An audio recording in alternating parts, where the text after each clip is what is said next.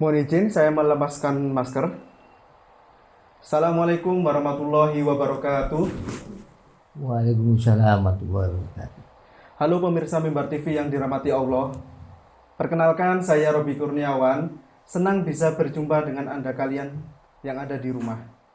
Hari ini sangat spesial dan masih spesial karena Mimbar Pembangunan Agama telah berusia 50 tahun. Setengah abad lamanya MPA ini berdiri. Hal itu menandakan MPA diakui keberadaan dan kepercayaannya oleh masyarakat.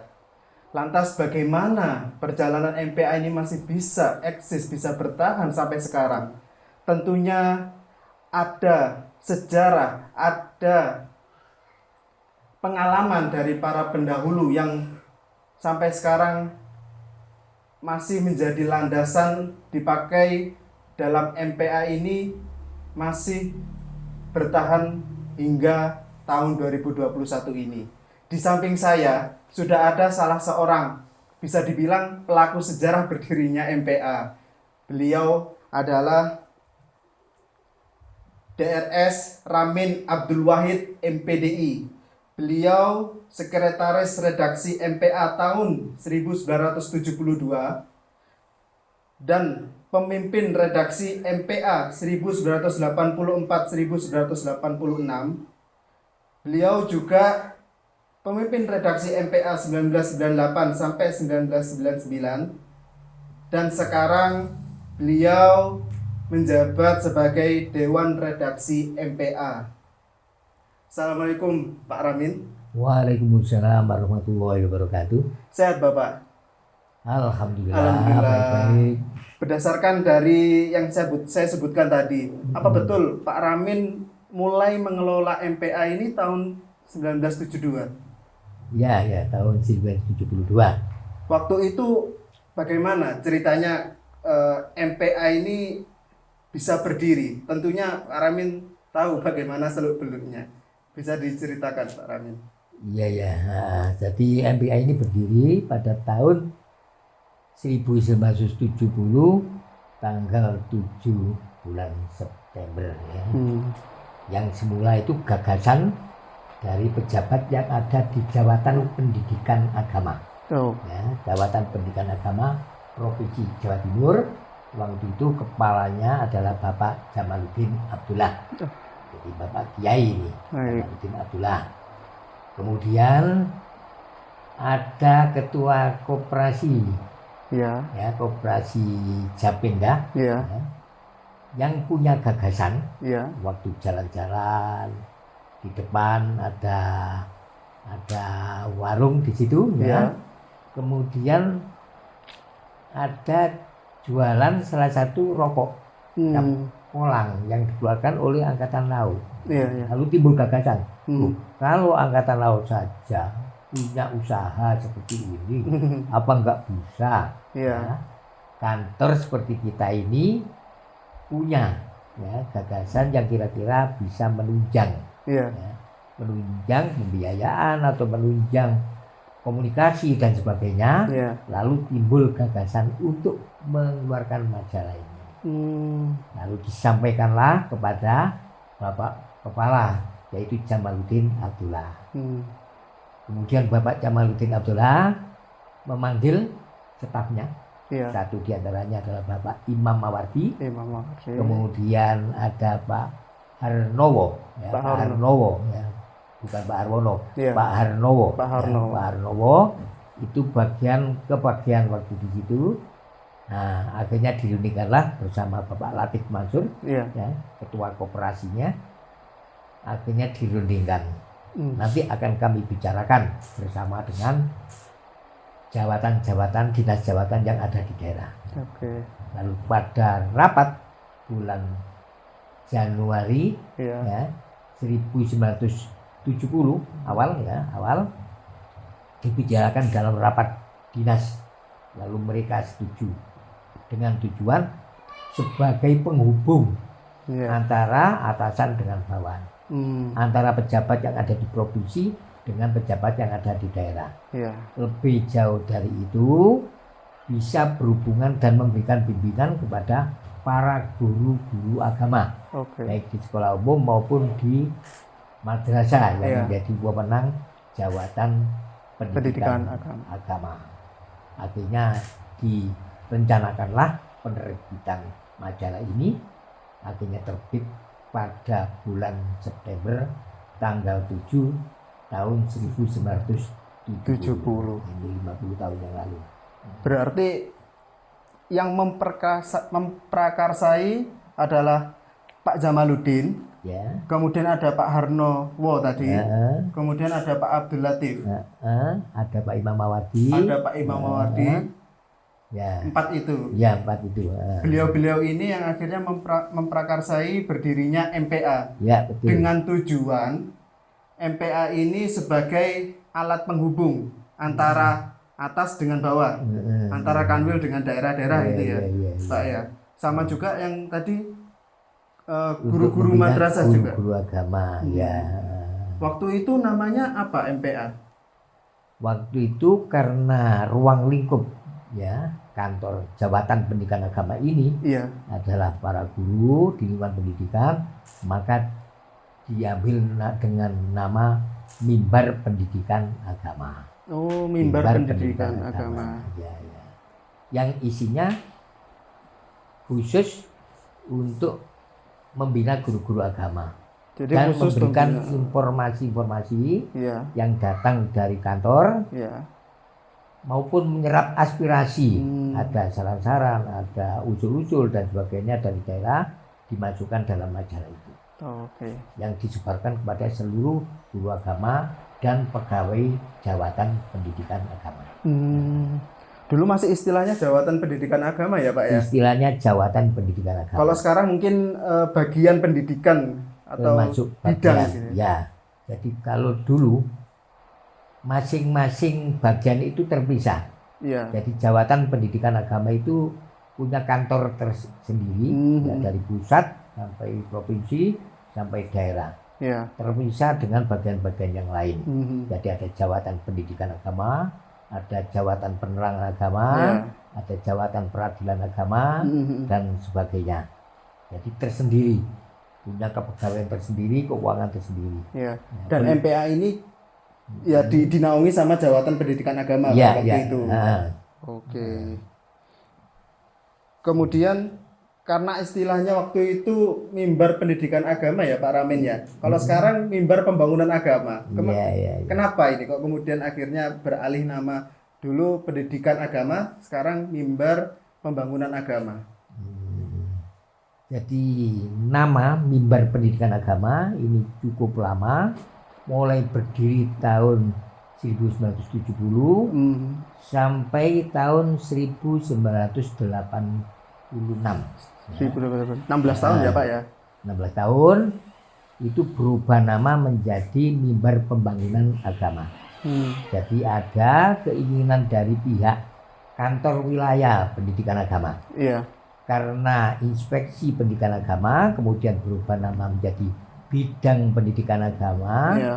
Itu dalam naungan dan ruang lingkup tugas kanwil Iya. jadi satu yang tadinya terpisah, maka ada keinginan dari pihak kanwil Iya. Kementerian Agama waktu itu untuk bisa memperluas ya, Oke. memperluas konstituen, memperluas pembaca Iya. dan untuk bisa memberikan pendidikan agama lebih luas kepada seluruh karyawan kantor wilayah agama. Ya, Seluruh Jawa Timur. seluruh Jawa Timur. Jadi semula hanya dibaca oleh guru-guru agama dan juga dibaca oleh keluarga di lingkungan madrasah dan pondok pesantren. Ini diperluas untuk seluruh pegawai Kementerian Agama wilayah Jawa Timur oleh 86. Mulai 86, 16 Mulai tahun tahun. 86 ya, mulai tahun 86. Artinya itu menjadi alasan pendidikan agama ini, MPA dari pendidikan agama berubah menjadi pembangunan agama. Biar Ya. meluas Pak. Ya, biar meluas ya. Dan semula Iya. kalau awalnya itu dikelola oleh koperasi Iya. kira-kira selama 1 tahun, Iya. kemudian langsung ditangani oleh dinas, dalam hal ini jawatan pendidikan agama. Iya. Terus kemudian ada perubahan nama dari Jabatan Pendidikan Agama Ya. menjadi Inspeksi Pendidikan Agama, Ya. lalu berubah lagi menjadi Bidang Pendidikan Agama. Ya. Ini masih dikelola oleh dinas. Kemudian pada tahun 76 ya, 76. ada perubahan, ini dibuat yayasan. Oh, LPA, berbadan hukum. berbadan hukum. Jadi mulai itu terus dikelola terus pakai tersendiri dengan yayasan sampai tahun 86.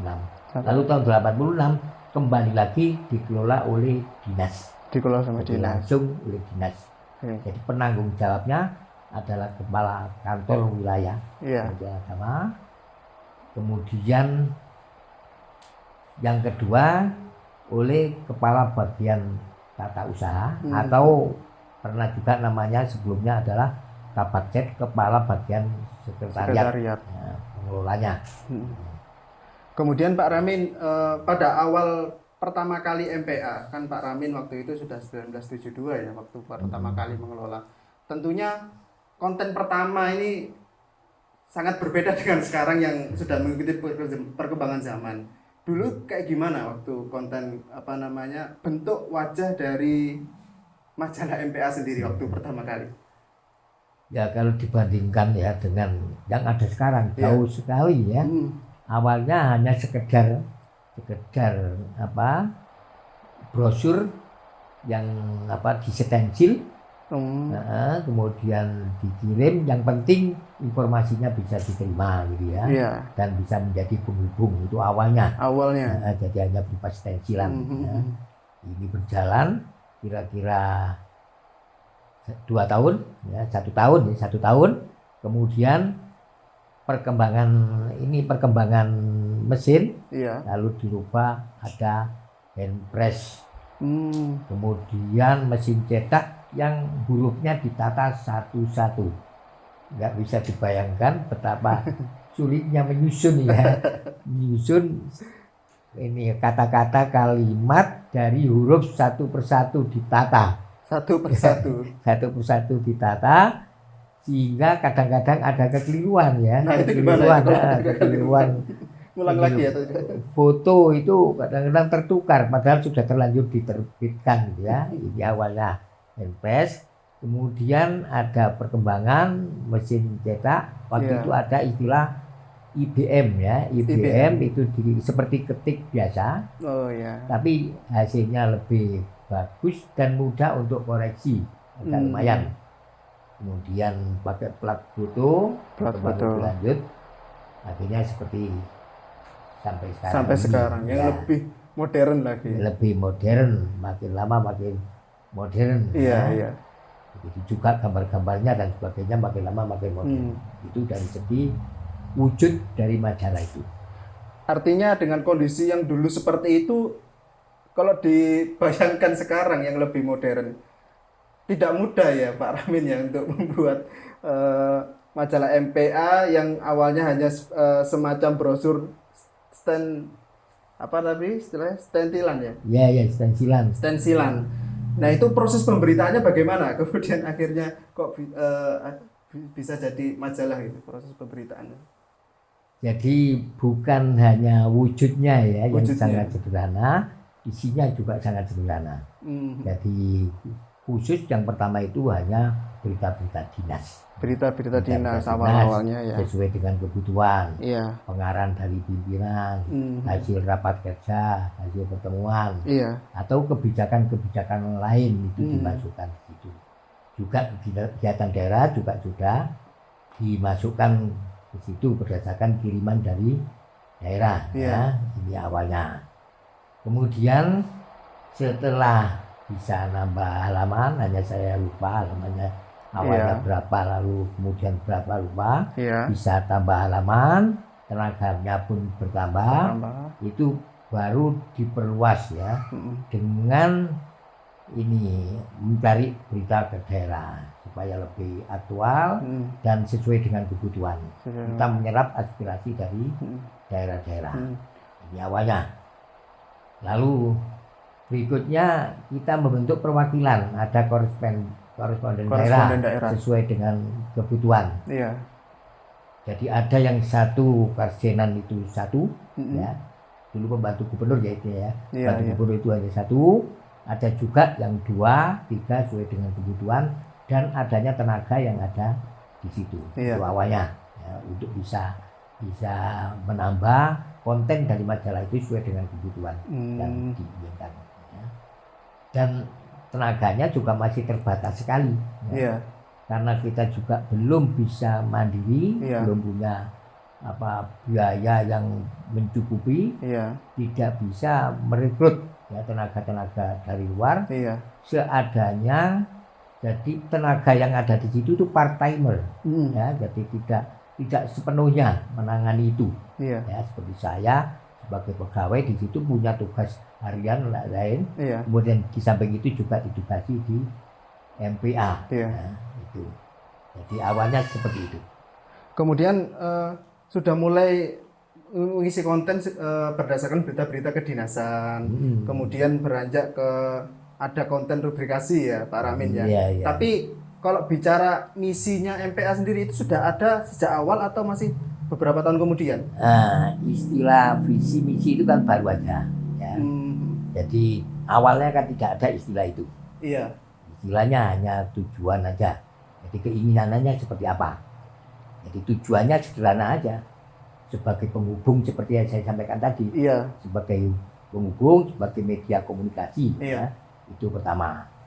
Kemudian berikut perkembangannya kita tentukan, kita wujudkan suatu tujuan, keinginan kita seperti apa. Iya. Nah, ada istilah visi misi ya.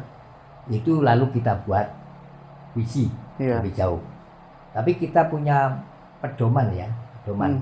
Awalnya sesuai dengan slogan Kementerian Agama, ya, ikhlas beramal. Ikhlas beramal. Awalnya waktu berdiri. Awal berdiri. Dengan lambang Kementerian Agama. Iya. Kemudian berikutnya perkembangan baru yaitu ada slogan sebagai pengarah ya, sebagai pengarah yang waktu itu belum ada istilah visi misi, belum ada. Iya. Yaitu fungsinya seperti apa MPA. Fungsinya untuk informasi. Iya. Fungsinya untuk membina pendidik dan tenaga kependidikan. Iya. Nah, akhirnya kita membuat slogan waktu itu dengan informasi, dedikasi, dan edukasi. Informasi, dedikasi, dan edukasi. Edukasi ya, karena fungsinya pendidikan. Nah, itu awalnya. Kemudian slogan itu kita rubah setelah dikelola oleh Kanwil tahun 86. Karena punya fungsi yang berbeda, yang hanya lingkungan pendidikan menjadi pembinaan agama secara umum, maka kita rubah slogannya menjadi amar ma'ruf nahi munkar. Itu tahun 86. Nah, kemudian pada saat ada istilah visi dan misi, nah tujuan tadi kita rubah menjadi bentuk visi. Visi itu kan suatu harapan yang kita inginkan dari MPA itu, inginnya MPA itu jadi seperti apa. Itu visi.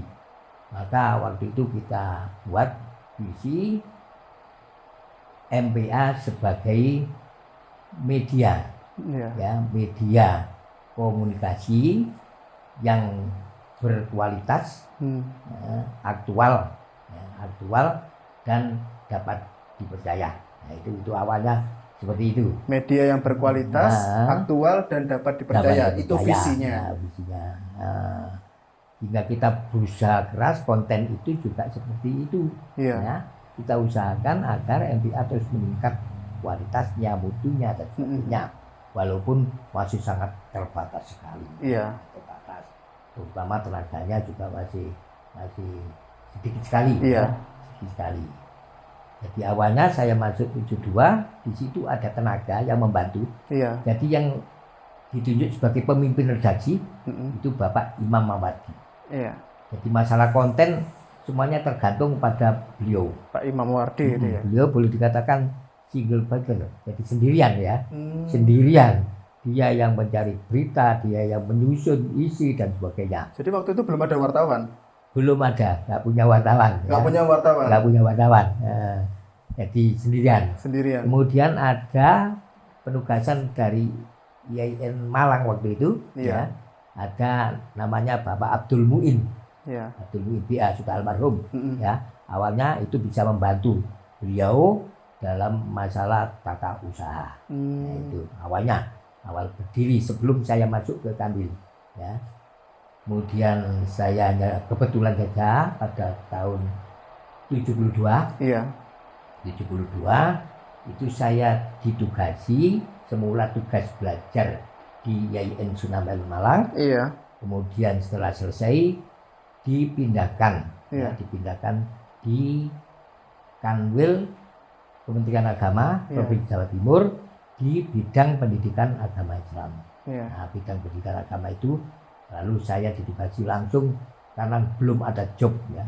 Jobnya belum jelas, ada tenaga baru datang, langsung ya sudah bantu Pak Imam Mawardi, baik stafnya sebagai staf kasih maupun juga membantu di MPA. Nah, akhirnya alhamdulillah saya yang sebelumnya juga punya minat besar di situ, ya. Karena waktu di mahasiswa tahun 70 sampai 72 saya belajar sebagai menjadi jurnalis di Ikatan Pers Mahasiswa Indonesia itu, ya. Nah, sampai ke tingkat 4, ya. 3 tingkat di Malang, kemudian terakhir ke Jakarta, ya. Di sana itu akhirnya minatnya besar, ya. Minatnya besar untuk membantu mengelola MPA itu. Sehingga Pak Imam Mawardi yang tadinya sendirian mencari berita dan sebagainya, saya bisa membantunya, ya, membantu ke daerah-daerah dan sebagainya. Jadi alhamdulillah waktu itu bisa berjalan lancar. Dan tugasnya juga tidak terlalu banyak bagi saya di dinas. Karena ditugaskan di MPA, saya tercurah di situ. Fokus di situ. Jadi mulai 1970 sampai 1972 ini Pak Imam Mawardi sendiri yang kemudian mengelola MPA pemberitaan. Boleh dikatakan seperti itu. Tapi yang lain membantu di bidang teknis pelaksanaan, misalnya penciptaan dan sebagainya. Tapi khusus isi konten itu boleh dikatakan Pak Imam Mawardi ini sendirian. Ya. Sendirian. Dan mulai itu. Pak Ramin ini membantu 1972 itu. Ya, 72. Waktu pertama kali Pak Ramin membantu Pak Imam dalam pemberitaan untuk konten di majalah MPA, itu ada kesulitan enggak waktu mengawalinya? Waktu itu ada cerita menarik enggak? Ya, kami melaksanakan itu mengalir aja. Mengalir saja. Nah, mengalir, kesulitan ya diatasi seketika itu aja, dan tidak ada masalah apa-apa karena kesulitan kami tidak menganggap itu suatu kesulitan, ya. Misalnya kita butuh berita di sana ada kegiatan, ya kita langsung terjun di sana. Jadi tanpa ada surat tugas pun kami berangkat, ya. Mengerjakan tulisan sendiri sampai malam kah? Deadline-nya bagaimana waktu itu? Ya boleh dikatakan bisa sampai malam, ya. Sudah tanpa pandang waktu, yang penting bisa kita kerjakan. Bisa dikerjakan tanpa pandang waktu, ada berita apa langsung dikerjakan. Langsung dikerjakan. Dan Pak Imam Mawardi juga masih terus banyak menulis, jadi sehingga itu boleh dikatakan banyak kami dominasi, ya Pak Imam Mawardi dan saya waktu itu bantu, ya dikerjakan sendirian, dan kami nggak mempermasalahkan, ya, nggak mempermasalahkan isinya kualitasnya seperti apa, mungkin jelek sekali, ya. Kami masih sama-sama belajar, yang penting ini bisa terbit. Dan alhamdulillah sambutan daerah, guru-guru agama maupun lingkungan madrasah itu bagus sekali. Mereka banyak memberikan saran begini, hingga kami pun bisa memperbaiki, meningkatkan kualitas dari majalah MPA itu, ya Pak, ya. Tadi visinya majalah MPA berkualitas, aktual, dan dapat dipercaya. Visi itu sampai sekarang, ya Pak, ya? Itu spontan waktu istilah itu muncul dan diperlukan, ya. Diperlukan. Nah, berikutnya yang saya juga mengikuti, ini kami tidak merubah ya. Nah, kita tidak merubah seperti itu. Jadi semula itu dituangkan dalam tujuan, kami tuangkan dalam visi, kemudian kami wujudkan dalam misi. Gitu. Dan misinya tadi Pak Ramin sebutkan informasi, dedukasi, edukasi. Iya. Itu sampai sekarang atau ada perubahan, Pak Ramin? Oh, tadi ada perubahan tahun 86 tadi ada perubahan. Dari dedukasi menjadi? Ya, dari edukasi tadi berubah menjadi amar ma'ruf nahi munkar. Amal ma'ruf nahi munkar. Jadi dirubah seperti itu. Nah, isinya yaitu agama. Agama yang kita tuangkan di situ. Hanya waktu itu ya punya garis bahwa apa yang menjadi pegangan dari mimbar pendidikan agama tetap digunakan oleh Kanwil Kementerian Agama. Baik, iya. Kemudian Pak Ramin, kalau dari segi gaya bahasa sendiri, penulisannya sendiri dari konten, tentunya kalau sekarang kan sudah gaya bahasanya kan EYD atau sebagainya.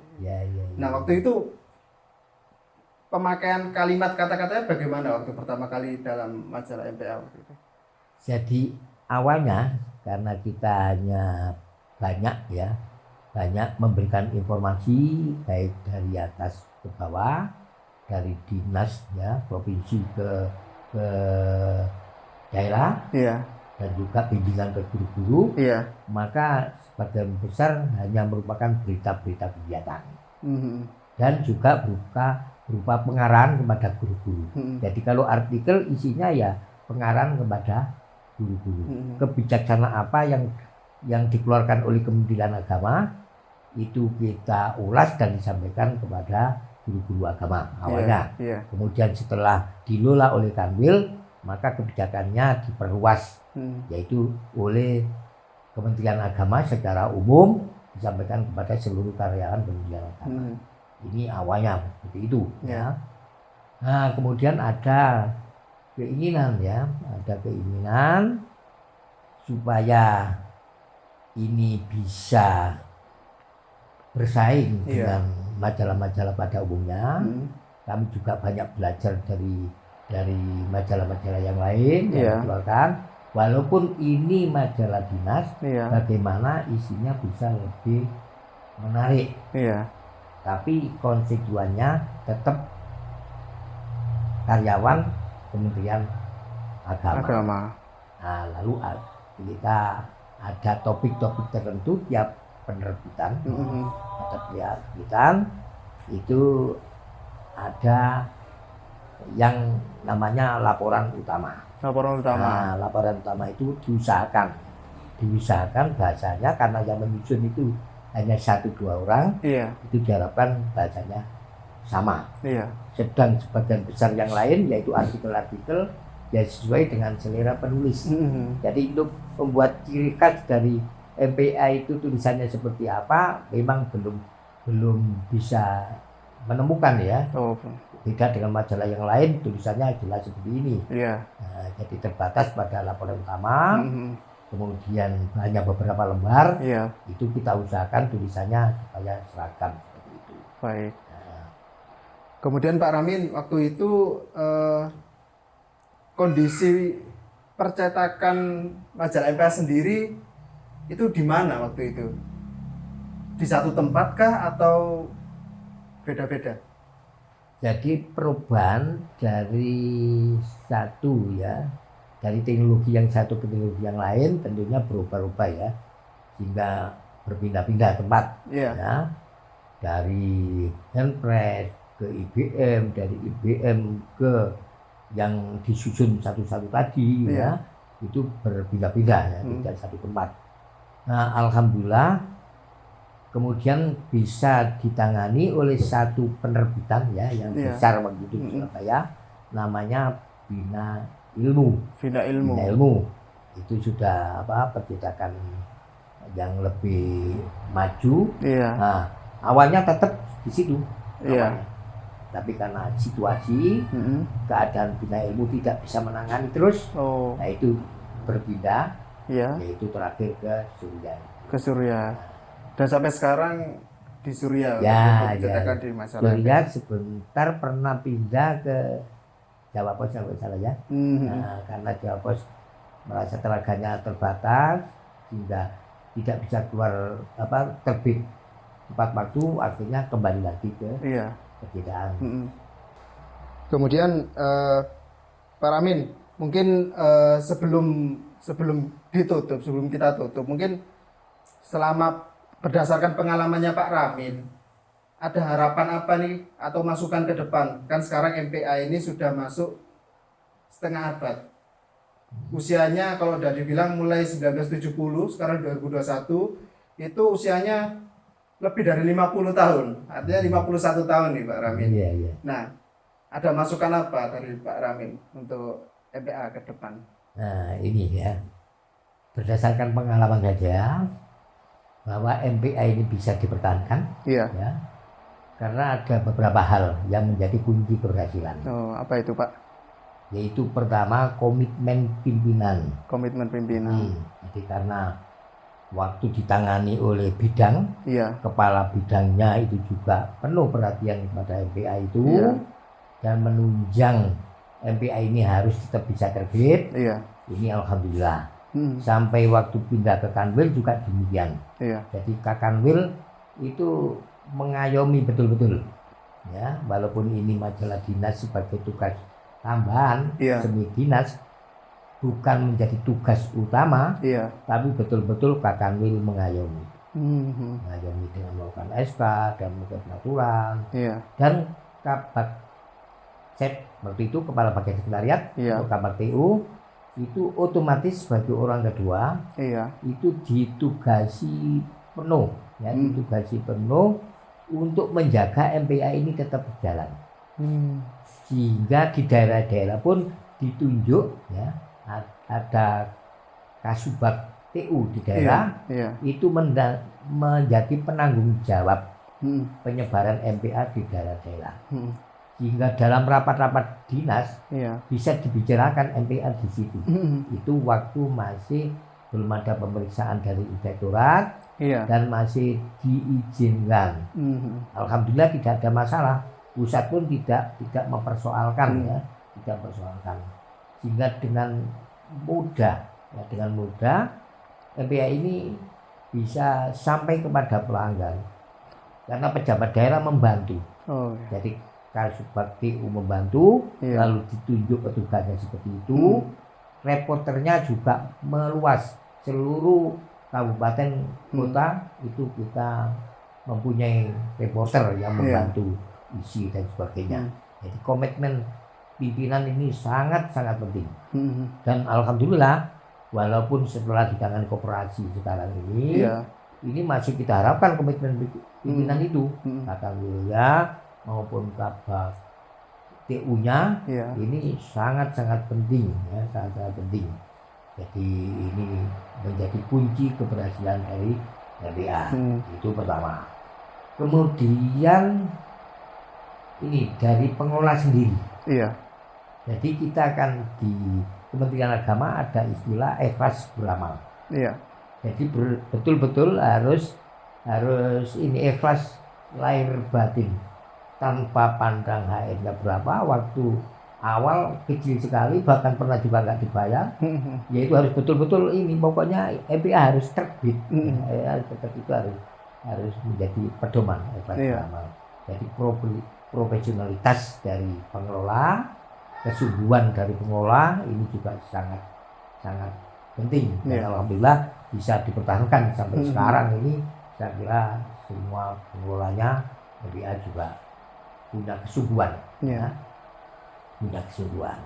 Kemudian partisipasi dari konstituen, ya, ini yaitu para pembaca, ya. Karena itu isinya selalu kita usahakan dengan menyerap aspirasi daerah apa yang diinginkan, ya. Kadang-kadang dilakukan kita survei ke daerah, ada juga yang kita minta pandangan dari daerah itu, ya. Kira-kira rubrik yang diinginkan seperti apa, kebutuhannya apa. Karena MPA itu juga dibaca oleh keluarganya, ada istrinya, ada anak-anaknya. Iya. Lalu mereka menghendaki isinya seperti apa, itu kita ikuti saja. Kita ikuti. Itu alhamdulillah. Jadi dari konstituen, dari pembaca juga banyak membantu. Iya. Kemudian stakeholder yang lain. Stakeholder yang lain kita membangun jaringan baik pusat, provinsi, daerah, itu juga banyak dikirimi MPA secara cuma-cuma. Ini juga banyak membantu kemajuan dari MPA ini. Iya. Kadang-kadang kita perlu mencari sumber dari luar ya, dan sebagainya. Itu kita perlu membangun suatu jaringan. Itu antara lain harapan kami, mudah-mudahan ini bisa dipertahankan untuk kemajuan MPA. Amin. Kalau dari sisi konten rubrikasi yang sampai sekarang ini, melihatnya Pak Ramin bagaimana pendapat Anda? Sudah baikkah atau apa yang perlu ditambahi? Alhamdulillah, kalau mengatakan sempurna sih tidak ada barang sempurna di dunia ini ya. Tapi alhamdulillah makin baik ya. Terutama yang terakhir yang setelah ditangani oleh koperasi ini, kemajuannya banyak sekali, konten ya maupun wujud dari majalah itu. Pengaturan warna dalam majalah dan sebagainya, ini alhamdulillah cukup menarik dan bisa bersaing dengan majalah-majalah yang lain. Itu alhamdulillah. Dan penilaian pusat juga positif terhadap MPA ini.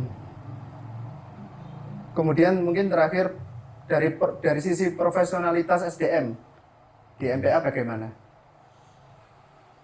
Begini ya, jadi memang awalnya kan kita part timer ya. Jadi kerja paruh waktu tidak sepenuhnya. Yang idealnya itu ada full timer di MPA itu kan gitu ya. Awal-awal itu hingga ini mempengaruhi konten dari majalah itu. Waktu part timer ya seolah-olah itu seperti seadanya ya. Karena dikelola tidak secara profesional. Dalam arti bukan keahlian tapi sungguh-sungguh sepenuhnya. Sungguh-sungguh sepenuhnya. Tapi alhamdulillah setelah ada beberapa full timer ya, itu MPA menjadi yang jelas itu insya Allah lebih baik ya. MPA lebih baik. Akhir ini kita lihat jauh lebih baik daripada sebelumnya. Baik Pak Ramin, terima kasih banyak sudah bisa obrol santai, perbincangannya sangat menarik. Semoga apa yang kita bahas bersama Pak Ramin menjadi menambah wawasan para pemirsa Mimbar TV yang ada di rumah, bahwa MPA bisa bertahan sampai sekarang 51 tahun, setengah abad, itu karena jeripayah para pendulunya, keseriusan mereka bisa membuat MPA ini terus berkembang. Bahkan wajahnya sekarang tidak lagi hitam putih ya Pak Ramin ya. Dan sekarang MPA wajahnya sudah bisa bertransformasi mengikuti perkembangan zaman. Dan itu tentu karena ada kunci keberhasilan, kunci utamanya adalah komitmen dari pemimpin. Kemudian ada konstituen dari partisipasi dari ke daerah-daerah, pembaca semuanya, semua itu dilibatkan. Terima kasih banyak para pemimbar TV yang berbahagia. Saya Robi Kurniawan, saya ucapkan terima kasih banyak. Assalamualaikum warahmatullahi wabarakatuh. Waalaikumsalam warahmatullahi wabarakatuh.